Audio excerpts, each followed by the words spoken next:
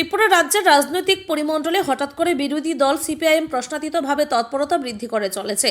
একদিকে যেমন দলের সাংগঠনিক কর্মসূচি নিরন্তরভাবে বেড়ে চলেছে, ঠিক একই রকমভাবে বিভিন্ন জায়গায় শাসক শিবির সহ বিভিন্ন রাজনৈতিক দল ত্যাগ করে বামপন্থী শিবিরে যোগদানের ঘটনাগুলো সামনে আসছে।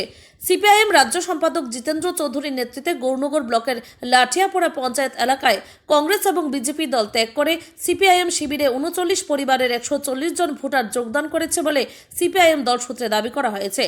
নবাগতদের ভারতীয় জনতা পার্টি শিবিরে বরণ করে নেয় দলের রাজ্য সম্পাদক বিরোধী দলনেতা জিতেন্দ্র চৌধুরী সহ অন্যান্য নেতারা। নিজের আলোচনাতে অংশগ্রহণ করে নবাগতদের লাল ঝান্ডার শিবিরে স্বাগত জানিয়ে জিতেন্দ্র চৌধুরী বক্তব্য হচ্ছে, এই সময়ের মধ্যে গোটা রাজ্য জুড়ে মানুষ বিজেপি দলের শাসনে তিতিবিরক্ত। নাতিদীর্ঘ ভাষণে জিতেন্দ্র চৌধুরী দাবি করেন, ত্রিপুরা রাজ্যের শাসক বিজেপি দল ইতিহাসের মির্জাফরকেও হার মানিয়েছে প্রতিশ্রুতি না মেনে মানুষের সাথে প্রতারণা করার ক্ষেত্রে। এই অবস্থায় দাঁড়িয়ে রাজ্যের দিকে দিকে মানুষ বিজেপি দল ত্যাগ করে সিপিআইএম শিবিরে যোগদান করছে বলে জিতেন্দ্র চৌধুরী দাবি করেন। এখানে উল্লেখ করা প্রয়োজন, কৈলাসহর বিধানসভা কেন্দ্রের অন্তর্গত গৌরনগর ব্লক এলাকায় সিপিআইএম দলে একসাথে শতাধিক ভোটারের যোগদান নিঃসন্দেহে রাজনৈতিক দৃষ্টিকোণ থেকে একটা বিশেষ তাৎপর্যপূর্ণ বিষয় বলে অভিমত একাংশের। ব্যুরো রিপোর্ট, আমার ত্রিপুরা এক্সপ্রেস।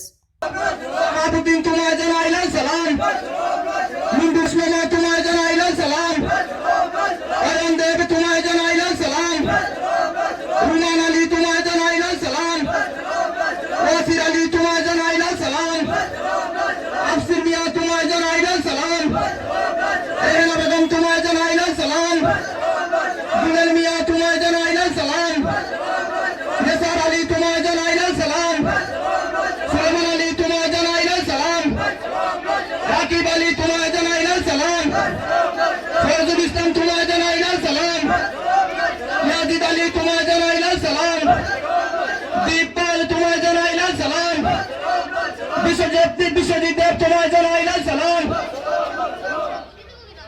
রাজাবাসী তোমায় জানাই সালাম। রাজাবাসী তোমায় জানাই সালাম।